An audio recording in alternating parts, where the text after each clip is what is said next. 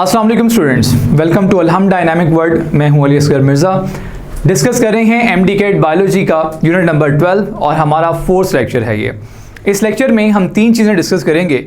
हम डिस्कस करेंगे central dogma, हम डिस्कस करेंगे टाइप्स ऑफ आरएनए और साथ में हम ट्रांसक्रिप्शन के प्रोसेस की बात करेंगे। तो अपने लेक्चर का स्टार्ट करते हैं फ्रॉम ए कॉन्सेप्ट जिसे हम सेंट्रल डॉगमा कहते हैं। सेंट्रल डॉगमा बेसिकली उस डॉक्ट्रिन के नाम है जिसके थ्रू इंफॉर्मेशन जो है वो क्या करती है, फ्लो करती है फ्रॉम डीएनए टू प्रोटीन। ये जो पूरा प्रोसेस है ये 2 स्टेप्स में कंप्लीट होता है। डीएनए की जो इन्फॉर्मेशन है उसे ट्रांसक्राइब किया जाता है in the form of messenger RNA और फिर मैसेंजर आरएनए के ऊपर जो इन्फॉर्मेशन होती है उससे प्रोटीन बनाई जाती हैं। इस प्रोसेस को ट्रांसलेशन कहते हैं। तो 2 स्टेप में ये होने वाला प्रोसेस जो है वो जीन को एक्सप्रेस कर देता है in the form of a polypeptide और अ प्रोटीन। ठीक हो गया। तो इसके ये 2 बेसिक स्टेप हैं। अब ट्रांसक्रिप्शन कैसे होती है और ट्रांसलेशन कैसे होती है, इनकी हम डिटेल्स जो हैं वो आगे चल के डिस्कस करेंगे। फ़िलहाल आपने सिर्फ इतना याद रखना है कि सेंट्रल डॉगमा क्या है। ये वो बेसिक प्रिंसिपल है जिसके थ्रू इंफॉर्मेशन डीएनए से प्रोटीन तक फ्लो करती है और इसके 2 स्टेप होते हैं। कौन कौन से? ट्रांसक्रिप्शन और ट्रांसलेशन। स्टूडेंट्स याद रखें कि इस पूरे प्रोसेस के अंदर आरएनए का बड़ा इंपॉर्टेंट रोल है, क्योंकि सेल जो होता है वो प्रोटीन बनाने के लिए आरएनए को यूज़ करता है। आरएनए जो है इस सेंट्रल डॉगमा के अंदर बड़ा इंपॉर्टेंट है, बड़ा इंपॉर्टेंट रोल प्ले करता है। और उसकी सिग्निफिकेंस को समझने के लिए पहले हम उसकी टाइप्स पढ़ेंगे और फिर हम ट्रांसक्रिप्शन पढ़ेंगे ताकि हम उसकी सिग्निफिकेंस समझ सकें। ठीक है। कुछ सिग्निफिकेंस का आपको आइडिया हो भी रहा होगा कि डीएनए की जो इन्फॉर्मेशन है उसको कॉपी ही मैसेंजर आरएनए की फॉर्म में किया जाता है। तो अगर मैसेंजर आरएनए नहीं होगा तो डीएनए का मैसेज जो है वो आगे नहीं जा सकेगा और ना ही प्रोटीन बन सकेंगी, यानी जीन एक्सप्रेशन का प्रोसेस जो है वो वहीं पर रुक जाएगा। ठीक हो गया। तो ये सेंट्रल डॉगमा है। हम बात करेंगे आरएनए की टाइप्स की। आरएनए की टाइप्स जो हैं इससे पहले आपने बायोमॉलिक्यूल्स में डिस्कस की, तो यहाँ पर एक दफ़ा दोबारा से उनको ज़रा थोड़ा सा रिव्यू करते हैं, उनको रिवाइज करते हैं। आरएनए की जो 3 टाइप्स होती हैं उसमें मैसेंजर आरएनए आता है, राइबोसोमल आरएनए आता है और ट्रांसफ़र आरएनए आता है। अगर हम मैसेंजर आरएनए की बात करें तो मैसेंजर आरएनए वो आरएनए होता है जो कि डीएनए की इन्फॉर्मेशन को कॉपी करता है अपने ऊपर, डीएनए के कोड्स को अपने कोड्स की फॉर्म में कॉपी करता है, उसे हम मैसेंजर आरएनए कहते हैं। ये इन्फॉर्मेशन इसके बाद राइबोसोम के पास जाती है और राइबोसोम इस इन्फॉर्मेशन को रीड करते हैं और प्रोटीन सिंथेसिस होती है। मैसेंजर आरएनए जो होता है ये टोटल आरएनए का 3 to 4% होता है और याद रखिएगा इसकी लेंथ वेरिएबल होती है। ये जितनी इंस्ट्रक्शन लेकर जा रहा होगा इसकी उतनी ही लेंथ होगी। इसका जो साइज़ है वो इंस्ट्रक्शन के ऊपर डिपेंड करेगा। जितनी ज़्यादा बड़ी इंफॉर्मेशन लेकर ही जा रहा होगा उतना ही बड़ा इसका साइज़ होगा। दूसरा जो है वो है राइबोसोमल आरएनए। राइबोसोमल आरएनए जो है ये एग्जिस्ट करता है राइबोसोम के अंदर। टोटल आरएनए का जो 80% होता है वो राइबोसोमल आरएनए होता है। इसका इंपॉर्टेंट फंक्शन ये है कि ये राइबोसोम को बिल्ड करने में हेल्प करता है और फिर इसका एक और फंक्शन ये है कि ये एज ए राइबोजाइम भी काम करता है। वो हम ट्रांसलेशन के अंदर जाकर देखेंगे। ठीक हो गया। और इसकी जो लेंथ होती है वो खासी ज़्यादा होती है और ये स्ट्रक्चर में कॉम्प्लेक्स होता है। तीसरा हमारे पास होता है ट्रांसफ़र आरएनए। ट्रांसफ़र आरएनए का काम क्या होता है? ये साइटोप्लाज्म से अमीनो एसिड को उठाकर लाता है कहाँ पर? राइबोसोम के पास, ताकि वहाँ पर वो उनको मिलाकर पॉलीपेप्टाइड और लेटर ऑन प्रोटीन बना सकें। ठीक हो गया। तो ट्रांसफ़र आरएनए जो होता है इसे टोटल आरएनए का 10 to 20% होता है। ठीक हो गया।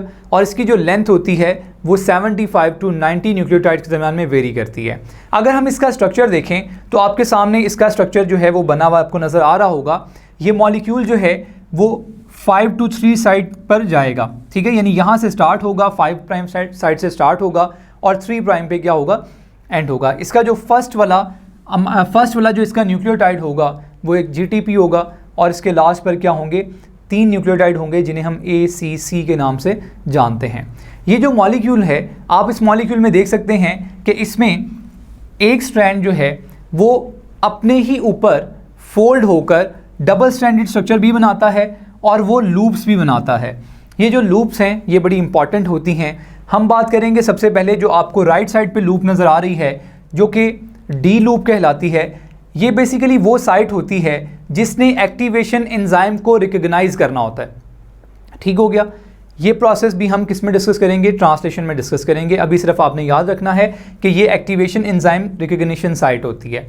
फिर आप इसमें एक नीचे की तरफ लूप देख रहे होंगे जिसको हम एंटीकोडॉन लूप कहते हैं। यहाँ पर वो एंटीकोडॉन होता है जो कि मैसेंजर आरएनए के साथ जाकर बाइंड करता है। ठीक हो गया। फिर आपके पास यहाँ पर लेफ्ट साइड पर एक और लूप है जिसे हम टी लूप कहते हैं। ये बेसिकली राइबोसोम रिकॉग्निशन साइट होती है। ये वो जगह होती है जो कि राइबोसोम को आइडेंटिफाई करती है। इसकी बात भी हम कहाँ करेंगे, ट्रांसलेशन में करेंगे। और उसके बाद ये मॉलिक्यूल जो है वो 3 प्राइम एंड पर ख़त्म होता है और इसके एंड पर जो 3 न्यूक्लियोटाइड होते हैं वो होते हैं ACC। और आप एक चीज़ ज़रा नोट करें कि इसका जो 3 प्राइम एंड है वहाँ पर एक क्या अवेलेबल है, वहाँ पर एक फ्री OH अवेलेबल है और यही वो साइट है जहाँ पर अमीनो एसिड क्या होते हैं आकर बाइंड होता है। ठीक है, अमीनो एसिड में जो अमाइन ग्रुप होगा उसका हाइड्रोजन और ये OH मिलकर वाटर बना देंगे जिससे वाटर रिलीज हो जाएगा और ये ट्रांसफ़र आरएनए अमीनो एसिड के साथ बाइंड हो जाएगा। इस प्रोसेस को डेफिनेटली हम डिटेल से देखेंगे ट्रांसलेशन के अंदर। ठीक हो गया। तो ये 3 तरह के क्या होते हैं, आरएनए होते हैं। चलें जी, हम नेक्स्ट बात करते हैं सेंट्रल डॉगमा के फर्स्ट स्टेप की, जिसमें डीएनए की इन्फॉर्मेशन को मैसेंजर आरएनए की इन्फॉर्मेशन के ऊपर क्या किया जाएगा, कॉपी किया जाएगा, यानी कि ट्रांसक्रिप्शन। तो ट्रांसक्रिप्शन की डेफिनेशन तो आप समझ ही गए होंगे कि ट्रांसक्रिप्शन जो है वो क्या होता है, डीएनए से मैसेंजर आरएनए का बनना, दैट इज कॉल्ड ट्रांसक्रिप्शन। अब रेप्लिकेशन की तरह ये भी एक एंजाइमेटिक प्रोसेस है। यहाँ पर जो सबसे इम्पॉर्टेंट एंजाइम है वो है आरएनए पॉलीमरेज।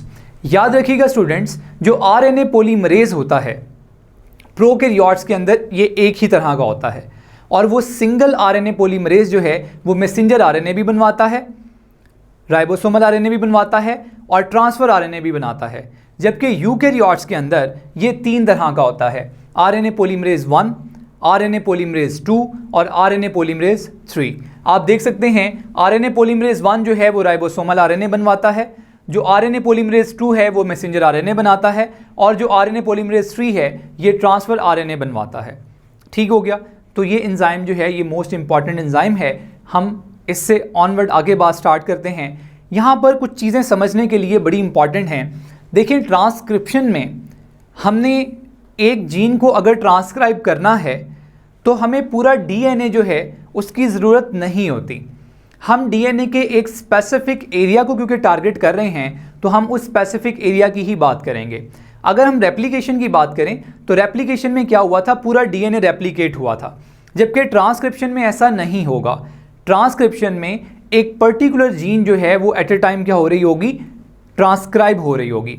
ठीक है, कहने का मतलब ये है कि अगर हमारी जो टारगेट जीन है अगर वो डीएनए के सेंटर में है तो फिर सेंट्रल पार्ट क्या होगा, स्प्लिट होगा। अगर वो स्टार्ट में है तो स्टार्ट का पार्ट क्या होगा, स्प्लिट होगा। अगर वो लास्ट पर है तो लास्ट का पार्ट क्या होगा, स्प्लिट हो जाएगा। ठीक है, अब सवाल ये है कि स्प्लिट क्यों होगा, उसकी वजह सुन लें। देखिए, जो डीएनए के 2 स्ट्रैंड होते हैं उनमें से एक स्ट्रैंड जो होता है वो एज ए टेम्पलेट काम करता है और इस टेम्पलेट के आगे हमारा मैसेंजर आरएनए तैयार होगा, जबकि जो दूसरा स्ट्रैंड होता है वो एज ए टेम्पलेट काम नहीं करता। ठीक हो गया। वो स्ट्रैंड जो टेम्पलेट के तौर पे काम नहीं करता, जिसके आगे मैसेंजर आरएनए बिल्ट नहीं किया जाएगा, उस स्ट्रैंड को हम बोलते हैं कोडिंग स्ट्रैंड या सेंस स्ट्रैंड बोलते हैं उसे। और वो स्ट्रैंड जिसके आगे हमारा मैसेंजर आरएनए बनेगा उसे हम कहते हैं टेम्पलेट और एंटी सेंस स्ट्रैंड। ठीक हो गया, यहाँ तक डन है। ये आपने 2 स्ट्रैंड्स को आइडेंटिफाई कर लेना है कि टेम्पलेट या एंटी सेंस स्ट्रैंड कौन सा होता है और कोडिंग या सेंस स्ट्रैंड कौन सा होता है। ठीक हो गया। जिसको टेम्पलेट के तौर पर यूज़ कर रहे हैं, जिसके आगे मैसेंजर आरएनए बन रहा है, वो टेम्पलेट और एंटी सेंस है और दूसरा वाला कोडिंग या सेंस स्ट्रैंड होता है। यहाँ तक डन हो गया। अब ये जो पूरा प्रोसेस है देखें तब स्टार्ट होगा जब इस हमारे स्ट्रैंड के साथ आकर एंजाइम बाइंड करेगा। कौन सा enzyme, RNA polymerase. RNA polymerase तब तक बाइंड नहीं करेगा जब तक ये कुछ स्पेसिफिक सीक्वेंसेस को रिकॉग्नाइज नहीं कर लेता। और वो जो स्पेसिफिक सीक्वेंसेस होते हैं वो असल इन्फॉर्मेशन जो है जीन की, आप यहाँ पर देख सकते हैं रेड कलर में मैंने लिखा है जीन, ये जीन की असल इन्फॉर्मेशन है। इस असल इन्फॉर्मेशन से पहले कुछ स्पेसिफिक न्यूक्लियोटाइड्स से बने हुए रीजन होते हैं जिन्हें हम प्रमोटर रीजन कहते हैं। और इन प्रमोटर रीजन्स के अंदर फिर से स्पेसिफिक सीक्वेंस होते हैं जिनको आरएनए पॉलीमरेज क्या करता है, रिकॉग्नाइज करता है और फिर आकर यहाँ पर बाइंड होता है। अगर हम प्रमोटर रीजन्स के अंदर पाए जाने वाले उन सीक्वेंसेस की बात करें तो वो सीक्वेंसेस हैं TT, GA, CA और दूसरा सीक्वेंस है TA, TA, AT। ये दूसरा सीक्वेंस है। अगर हम पहले वाले सीक्वेंस की बात करें तो ये सीक्वेंस जो है ये होता है एट 35 अपस्ट्रीम, जबकि ये सीक्वेंस होता है 10 अपस्ट्रीम। अपस्ट्रीम का मतलब ये है कि जीन से पहले, जीन से 10 न्यूक्लियोटाइड पीछे आपको ये वाला सीक्वेंस मिलेगा, जबकि जीन से 35 न्यूक्लियोटाइड पीछे आपको कौन सा सीक्वेंस मिलेगा, ये वाला सीक्वेंस मिलेगा इन प्रोकैरियोट्स। जबकि यूकैरियोट्स में यही वाले जो सीक्वेंस होते हैं उनकी पोजीशन थोड़ी सी क्या होती है, डिफरेंट होती है। यूकैरियोट्स में ये वाला सीक्वेंस जो है वो 75 अपस्ट्रीम पर होगा, जबकि ये वाला सीक्वेंस जो है वो -25 अपस्ट्रीम पर होगा। ठीक है, तो हम ये एज्यूम कर रहे हैं कि हमारी जो टारगेट जीन है उससे पहले जो प्रमोटर रीजन है उसके अंदर ये सीक्वेंस प्रेजेंट हैं। इन सीक्वेंसेस को आइडेंटिफाई करना, रिकॉग्नाइज करना आरएनए पॉलीमरेज एंजाइम के एक छोटे पार्ट का काम होता है जिसे हम सिग्मा फैक्टर कहते हैं। ठीक हो गया, तो क्या होगा, सबसे पहले यहाँ पर आकर सिग्मा फैक्टर इसको रिकॉग्नाइज करेगा। सिग्मा फैक्टर जब एक दफ़ा इस सारे को रिकॉग्नाइज कर लेगा तो उसके बाद वो अलाउ करेगा कोर एंजाइम को कि कोर एंजाइम यानी जो बड़ा एंजाइम है वो यहाँ आकर बाइंड करे, और यहाँ आकर जब वो बाइंड करेगा तो ट्रांसक्रिप्शन का प्रोसेस क्या हो जाएगा, स्टार्ट हो जाएगा। ठीक है, तो सिग्मा फैक्टर ने रिकॉग्नाइज कर लिया। जब इसने देख लिया कि हाँ ये सीक्वेंसेस प्रेजेंट हैं तो ये क्या हो जाएगा, ये कोर एंजाइम को इनवाइट कर लेगा। अब आप ज़रा चीज़ नोट कीजिएगा, जब ये कोर एंजाइम को इनवाइट करेगा, ये जो हमारा कोर एंजाइम है जब ये इसको इनवाइट करेगा तो खुद ये क्या हो जाएगा, खुद ये डिटैच हो जाएगा। ठीक है, ये रिमूव हो जाएगा। ठीक है, ये रिमूव हो जाएगा। This one was sigma factor, ये सिग्मा फैक्टर क्या हो गया, रिमूव हो गया। ठीक हो गया, और यहाँ पर ये जो आपके सामने बड़ा सा आपको नज़र आ रहा है ये है कोर एंजाइम। ठीक है, ये वो मेन एंजाइम है जिसने क्या करना है, जिसने ट्रांसक्रिप्शन का प्रोसेस करवाना है।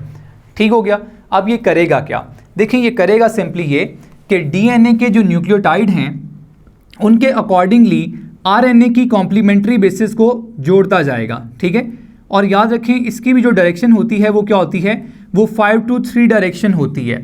ठीक है, ये भी किस डायरेक्शन में मूव कर रहा है, ये भी 5 to 3 डायरेक्शन में मूव कर रहा है। होता ये है कि जो कोर एंजाइम होता है ये डीएनए के टेम्पलेट स्ट्रैंड के ऊपर मूव करता जाता है, आरएनए न्यूक्लियोटाइड ऐड करता जाता है, और आरएनए जो है, मैसेंजर आरएनए जो है वो बनकर इस तरह से बाहर आता जाएगा। ठीक है, तो इसके जो मूव करने की डायरेक्शन क्या होगी, वो होगी इस तरफ को। ठीक है, ये आगे को मूव करता जाएगा। ठीक हो गया, अब देखें जब हमारी जीन की इंफॉर्मेशन कॉपी हो गई तो ऐसा नहीं है कि हम ये चाहते हैं कि ट्रांसक्रिप्शन चलती रहे और हर जीन क्या हो जाए, ट्रांसक्राइब हो जाए। हम ये नहीं चाहते, हम एक स्पेसिफिक जीन को ट्रांसक्राइब कर रहे हैं। इसीलिए कुदरत ने क्या किया है, कुदरत ने हर जीन के बाद एक स्टॉप सिग्नल रखा है। जैसे हर जीन से पहले प्रमोटर रीजन होता है वैसे ही हर जीन के बाद क्या होता है, स्टॉप सिग्नल होता है, ताकि ट्रांसक्रिप्शन का प्रोसेस रोका जा सके। जो स्टॉप सिग्नल है, सबसे कॉमन जो स्टॉप सिग्नल है, it is formed of GC base pairs followed by AT base pairs. यानी कि क्या होगा, जब ये जीन की इंफॉर्मेशन कॉपी हो जाएगी तो आगे क्या आ जाएंगे, आगे GC बेस पेयर्स आ जाएंगे। ठीक है, GC आ जाएंगे और उसके बाद क्या आ जाएंगे, AT आ जाएंगे। ठीक, जैसे ही ये बेस पेयर्स आएंगे और एंजाइम इनको क्या करेगा, इनके अकॉर्डिंगली न्यूक्लियोटाइड को अटैच करेगा, तो वहाँ पर एक स्ट्रक्चर बनेगा जिसे हम कहते हैं हेयर पिन या हेयर पिन लूप भी कहते हैं। जब हेयर पिन लूप बनती है तो ये जो पूरा आपके पास कॉम्प्लेक्स एक स्ट्रक्चर बना हुआ था जिसे आप ट्रांसक्रिप्शन बबल भी कहते हैं, ये क्या होता है, ये डिसऑर्गेनाइज हो जाता है। ठीक है, ये अलग अलग हो जाती हैं हर चीज़, क्योंकि ये जो हेयर पिन है ये क्या है, ये एक स्टॉप सिग्नल होता है, और स्टॉप सिग्नल जो है वो ट्रांसक्रिप्शन के प्रोसेस को रोक देता है। ठीक हो गया, तो आपके पास इंफॉर्मेशन जो है वो कॉपी होती गई, अल्टीमेटली क्या बन गया, हेयर पिन लूप बन गई, और आपके पास ये प्रोसेस क्या हो जाएगा, रुक जाएगा, आपके पास ट्रांसक्रिप्शन का प्रोसेस क्या हो जाएगा, ख़त्म हो जाएगा। ठीक है, क्या होगा, आरएनए पॉलीमरेज अलग हो जाएगा और फिर ये जो डीएनए है ये वापस क्या हो जाएगा, डबल हेलिक्स की फॉर्म में आ जाएगा। तो आपका प्रोसेस कंप्लीट हो गया। ठीक हो गया। अब यहाँ पर देखें ज़रा, अगर हम बात करें प्रोकैरियोट्स की, तो प्रोकैरियोट्स में ये प्रोसेस भी कहाँ होता है, साइटोप्लाज्म में। और ये प्रोसेस जब साइटोप्लाज्म में होता है तो उसके फ़ौरन बाद ही क्या होता है, राइबोसोम आकर मैसेंजर आरएनए के साथ क्या करेंगे, बाइंड कर जाएंगे और इस मैसेंजर आरएनए को रीड करना स्टार्ट कर देंगे। ठीक है, इसे क्या करना शुरू कर देंगे, इसको रीड करना शुरू कर देंगे और इसको रीड करके पॉलीपेप्टाइड बनना शुरू कर देंगे। ठीक हो गया। प्रोकैरियोट्स के अंदर मैसेंजर आरएनए की जो लाइफ है वो कुछ मिनट होती है। ठीक हो गया। तो उतने मिनटों के अंदर इसको क्या करना होता है, इसको रीड करना होता है और इससे प्रोटीन बनानी होती हैं। उसके बाद ये आरएनए डिस्ट्रॉय हो जाएगा और अगर फिर ये प्रोटीन चाहिए तो दोबारा से ट्रांसक्रिप्शन करनी पड़ेगी। यूकैरियोट्स में क्या होता है, यूकैरियोट्स में स्टूडेंट्स ये होता है कि ट्रांसक्रिप्शन का प्रोसेस रेप्लिकेशन की तरह कहाँ पर हो रहा होता है, न्यूक्लियस के अंदर हो रहा होता है। ठीक हो गया। जबकि राइबोसोम कहाँ पड़े होते हैं, राइबोसोम पड़े होते हैं बाहर साइटोप्लाज्म के अंदर। ठीक है, तो फिर होगा ये कि मैसेंजर आरएनए जो है वो न्यूक्लियस से कहाँ मूव करेगा, साइटोप्लाज्म में। लेकिन ये रास्ता ख़तरनाक है, इस रास्ते में एंजाइम्स प्रेजेंट हैं जो कि हमारे मैसेंजर आरएनए को डैमेज कर सकते हैं। तो इसके लिए स्ट्रैटेजी क्या है, इसके लिए स्ट्रैटेजी ये है कि जो मैसेंजर आरएनए होता है उसके 5 प्राइम एंड पर एक कैप ऐड की जाती है जिसे हम कहते हैं 7-methyl GTP। This one is also known as cap. ठीक है, ये जो कैप है ये मैसेंजर आरएनए को बचाती है, प्रोटेक्ट करती है फ्रॉम एंजाइम्स। अब एंजाइम्स जो हैं वो इस साइड से अटैक नहीं कर सकते। इसी तरीके से जो इसकी 3 प्राइम एंड होता है उस 3 प्राइम एंड पर क्या होता है, एक पॉली ए टेल जोड़ दी जाती है, यानी बहुत सारे एडेनिन न्यूक्लियोटाइड जो हैं उनकी टेल को अटैच कर दिया जाता है। This is poly A tail. ये क्या है, ये पॉली ए टेल है और ये पॉली ए टेल जो है ये भी मैसेंजर आरएनए को प्रोटेक्ट करेगी ताकि जो असल इंफॉर्मेशन है वो डिस्कार्ड ना हो। तो इस अमेंडमेंट की वजह से, इस पोस्ट ट्रांसक्रिप्शनल चेंज की वजह से जो मैसेंजर आरएनए होता है यूकैरियोट्स का, उसकी लाइफ थोड़ी ज़्यादा होती है एज़ कम्पेयर टू प्रोकैरियोट्स। ठीक हो गया। तो जब ये मूव करके कहाँ पर आएगा, ये मूव करके आएगा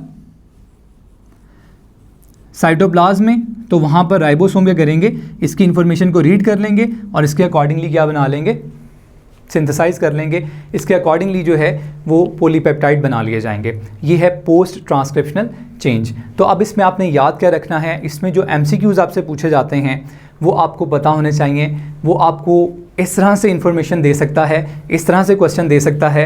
लाइक वो आपसे क्या मेंशन कर देगा, वो आपको मेंशन कर देगा कि भाई जो डीएनए है उसकी इन्फॉर्मेशन जो है वो ये थी। ठीक है, ATGC। आप इस इंफॉर्मेशन को उसने मेंशन कर दिया। वो आपसे पूछ सकता है कि what will be the sequence of nucleotides on messenger RNA, तो आपने उस हिसाब से इसको चूज़ कर लेना है। इसके अलावा जो बेसिक इन्फॉर्मेशन की चीज़ें हैं वो मैं आपसे पहले ही डिस्कस कर चुका हूँ कि इसमें आपके पास स्ट्रैंड कौन से होते हैं, एंजाइम कौन से होते हैं, एंजाइम कितनी तरह के होते हैं और किस तरह से ये काम करते हैं। ठीक हो गया। इसमें आपने प्रमोटर के अंदर जो रीजन होते हैं वो याद रखने हैं, उनकी पोजीशन याद रखनी है, ये एमसीक्यूज़ है। आपने स्टॉप सिग्नल याद रखना है, हेयर पिन का कॉन्सेप्ट याद रखना है। आपने याद रखना है कि आपके पास जो पोस्ट ट्रांसक्रिप्शनल चेंजेस हैं वो किस में होती हैं, प्रोकैरियोट्स में या यूकैरियोट्स में। और साथ ही साथ आपने याद रखना है कि 5 प्राइम एंड पर 7-methyl GTP ऐड होती है और ये 5 to 5 इंटरेक्शन होता है। ठीक है, जबकि 3 प्राइम एंड पर क्या होता है, पॉली ए टेल ऐड होती है, तो ये उसको क्या करती है, प्रोटेक्ट करती है। तो ये छोटी मोटी चीज़ें हैं इसमें जो कि आपसे पूछी जाएंगी। और इसमें जो टेक्निकल क्वेश्चन था वो मैंने आपसे डिस्कस कर लिया कि वो आपसे डीएनए का सीक्वेंस देकर मैसेंजर आरएनए का सीक्वेंस आपसे पूछ सकता है। ठीक हो गया। या फिर ये भी हो सकता है वो आपसे मैसेंजर आरएनए का सीक्वेंस दे के पूछ ले कि भाई डीएनए का सीक्वेंस क्या हो सकता है। यानी वो आपसे क्वेश्चन इस तरह से पूछेगा कि एक आरएनए ट्रांसक्राइब हुआ और उसकी इन्फॉर्मेशन ये है। ठीक है, जो भी वहाँ पर XYZ इन्फॉर्मेशन दी होगी और वो आपसे पूछेगा कि इसके कॉरस्पॉन्डिंग जो है वो डीएनए की इन्फॉर्मेशन क्या हो सकती है, तो ये चीज़ थोड़ी सी आप देख लीजिएगा। इसमें एक जो टेक्निकल बात है वो ये है, याद रखिएगा मैसेंजर आरएनए में आपके पास थायामीन नहीं होता बल्कि यूरासिल होता है। ठीक हो गया, तो बस ये एक टेक्निकल पॉइंट है, ये याद रखिएगा। अगर आप ये ज़हन में रखेंगे तो इंशाल्लाह आपका इस तरफ से जो आने वाला MCQs है वो गलत नहीं होगा। ठीक हो गया, आज के लेक्चर के लिए इतना ही। अल्लाह हाफ़िज़।